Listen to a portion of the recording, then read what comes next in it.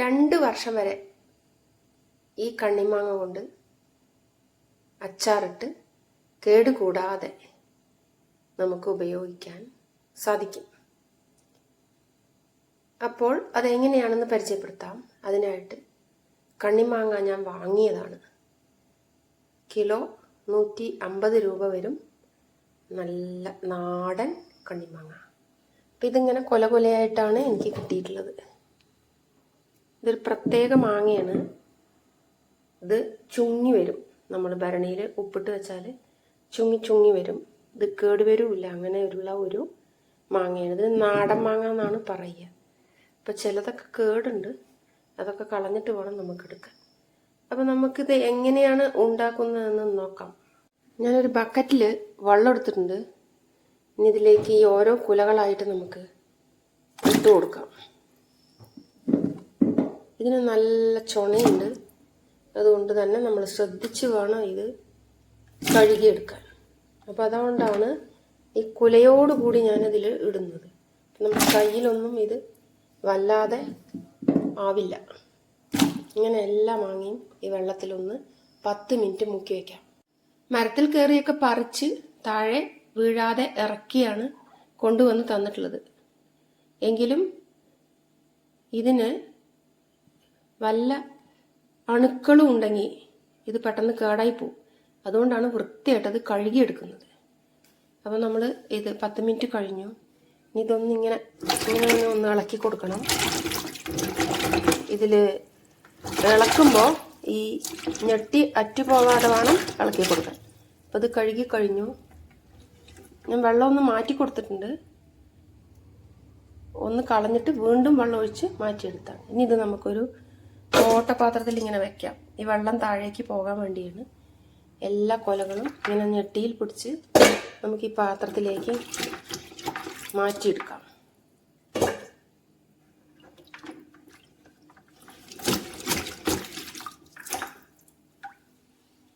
ഇങ്ങനെ എല്ലാ മാങ്ങയും ഈ പാത്രത്തിലേക്ക് മാറ്റാം.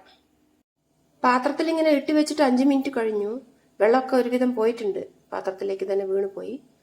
ഇനി ഞാനിതൊരു ഷാളിലേക്ക്, ഒരു ഉണങ്ങിയ കോട്ടൻ്റെ ഒരു ഷോളിലേക്ക്, അല്ലെങ്കിൽ മുണ്ടായാലും മതി, അല്ലെങ്കിൽ തോർത്ത് മുണ്ടാണെങ്കിലും മതിയാകും. അതിലേക്ക് ഞാൻ ഈ മാങ്ങ ഇങ്ങനെ നിരത്തി വെക്കാൻ പോവുകയാണ്. ഇപ്പോൾ ഞാൻ 120 മാങ്ങയോളം ഇതുപോലെ വെള്ളം പോവാൻ വേണ്ടി ഇട്ടിരിക്കുകയാണ്. ഏകദേശം 120 മാങ്ങയുണ്ട്. 2 കിലോ മാങ്ങ വാങ്ങിയപ്പോൾ. ഇതതിൻ്റെ ഞെട്ടിയാണ്, കളഞ്ഞ ഞെട്ടി. അതായത് ഇങ്ങനെ മാങ്ങ, ഇതൊരു കേട് വന്ന മാങ്ങയാണ്, ഇത് എടുക്കുന്നില്ല. ഈ ഒരു ഭാഗത്ത് വെച്ച് കട്ട് ചെയ്യണം. ഇതാ ഈ ഒരു ഭാഗത്ത് വെച്ച് കട്ട് ചെയ്യണം. കത്തി കൊണ്ട് കട്ട് ചെയ്യണം. നമ്മുടെ കയ്യിൽ ചുണയാവാതെ നോക്കും വേണം. അപ്പോൾ വല്ലാതെ ചുണയായി കഴിഞ്ഞാൽ നമ്മുടെ കയ്യിൻ്റെ ഈ ഭാഗം പൊള്ളും. അതും കൂടി ശ്രദ്ധിക്കണേ. അപ്പോൾ ഇതാ ഈ ഭാഗത്ത് വെച്ച് കട്ട് ചെയ്ത് എടുത്ത മാങ്ങകളാണ് ഇതൊക്കെ. ഇതിനെല്ലാം ഞെട്ടിയുണ്ട്. ഇതാ ഈ ഞെട്ടിയില്ലെങ്കിൽ ഈ അച്ചാർ പൂത്തു പോകും. ഞെട്ടിയില്ലാത്ത 2 മാങ്ങ ഞാൻ മാറ്റി വെച്ചു. ഇതാ ഇതിന് ഞെട്ടിയില്ല. അപ്പോൾ അത് കേട് വന്നു പോകും. ചുങ്ങുമില്ല. അപ്പോൾ ഇത് മാറ്റി വെച്ചു. ഒരെണ്ണം കേടുണ്ട്. ഇതാ അതും മാറ്റി വെച്ചു. ഇനി ഇത് നേരം വെളുക്കണ വരെ ഈ ഒരു ഷീറ്റിൽ ഇങ്ങനെ കിടക്കും. ഉണങ്ങിയ കോട്ടൺ ഷീറ്റാണ്. ഇതിങ്ങനെ കിടക്കും. ബാക്കി നേരം വെളുത്തിട്ടാണ് ചെയ്യുക. ഇത് മുഴുവൻ നമുക്ക് കളയാം. ഈ കേടുവന്ന മാങ്ങയും കളയാം. ഇത് നമുക്ക് ചമ്മന്തി അരയ്ക്കാം. ഇന്നലെ രാത്രി 10 മണിക്ക് ഇട്ട് വെച്ച മാങ്ങയാണ്. ഇങ്ങനെ വെച്ച മാങ്ങയാണ്. ഇപ്പോൾ ഇതാ 6 മണിയായി. നേരം പുലർന്നു 6 മണിയായി. ഞാനിത് എടുത്തു നോക്കുമ്പോൾ ഒരിത്തിരി പോലും ജലാംശം ഇതിലില്ല. എല്ലാം പോയി. ഇത് തുടയ്ക്കേണ്ട ആവശ്യമേ ഇല്ല ഇങ്ങനെ ചെയ്താൽ. ഇത് അച്ചാറായിട്ട് നമ്മൾ ഇടുമ്പോൾ ഒരു തുള്ളി വെള്ളം പോലും പാടില്ല. വെള്ളത്തിൻ്റെ ഒരു ചെറിയ അംശം മതി ഇത് പൂത്തു പോകാൻ.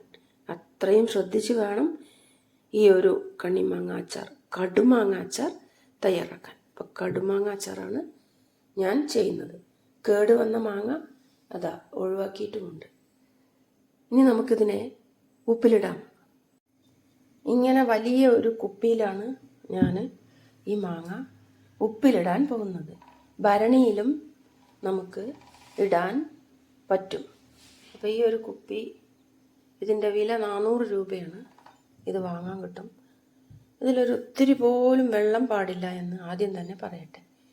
115 മാങ്ങയ്ക്ക് ഏകദേശം 120 എണ്ണം ഉണ്ടാവും. അതിന് ഒരു നാഴി ഉപ്പാണ് ഞാൻ എടുക്കുന്നത്. ഇതാണ് അതിൻ്റെ അളവ്, ഒരു നാഴി ഉപ്പ്.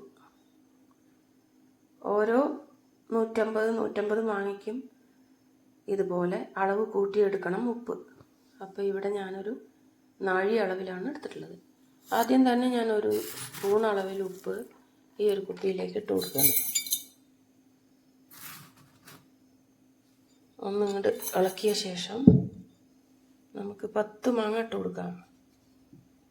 പതുക്കെ ഇട്ട് കൊടുക്കണം.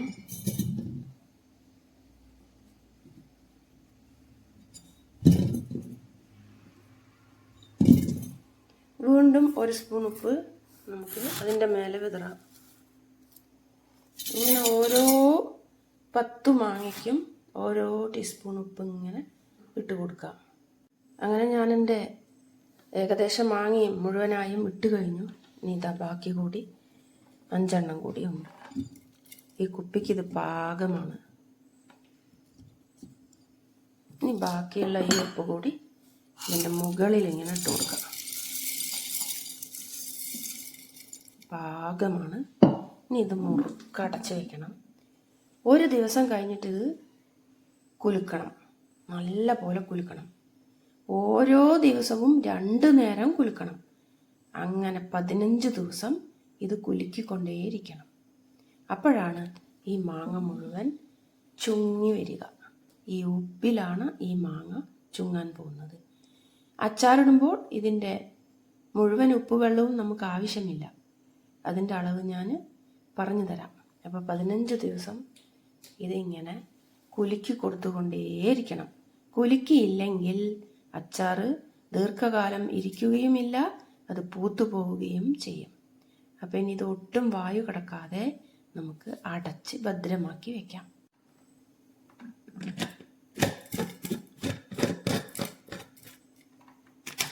നല്ലോണം മുറുക്കി അടയ്ക്കണം, കാറ്റ് കടക്കാൻ പാടില്ല. അപ്പോൾ ഇതാ നമ്മുടെ കടുമാങ്ങ അച്ചാറിൻ്റെ 1-ാം ഘട്ടം കഴിഞ്ഞിരിക്കുന്നു. ഉപ്പ് എല്ലാ ഭാഗത്തുമുണ്ട്. ഇങ്ങനെ ഇടയ്ക്കിടയ്ക്ക് ഇട്ട് കൊടുക്കുന്നതുകൊണ്ട്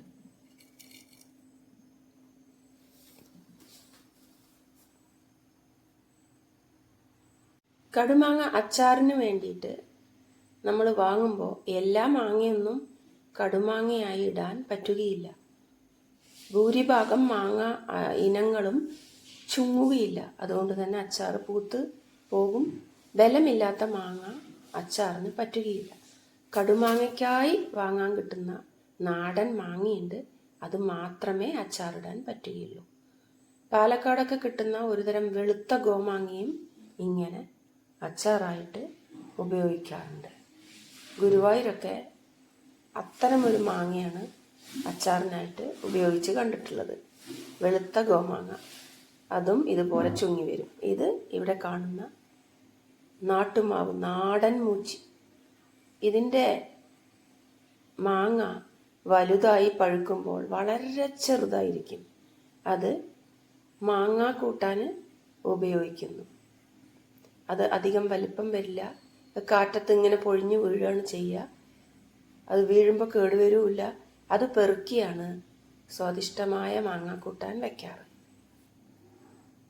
വിനാഗിരി ഒന്നും ഇടാതെയാണ് ഞാൻ ഈ അച്ചാർ, കടുമാങ്ങ അച്ചാർ ഇടാൻ പോകുന്നത്. ദീർഘകാലം ഇത് വിനാഗിരി ഇല്ലാതെ തന്നെ കേടുകൂടാതിരിക്കും. ഇപ്പോൾ 1-ാം ഘട്ടമാണ് ഇപ്പോൾ കഴിഞ്ഞിട്ടുള്ളത്.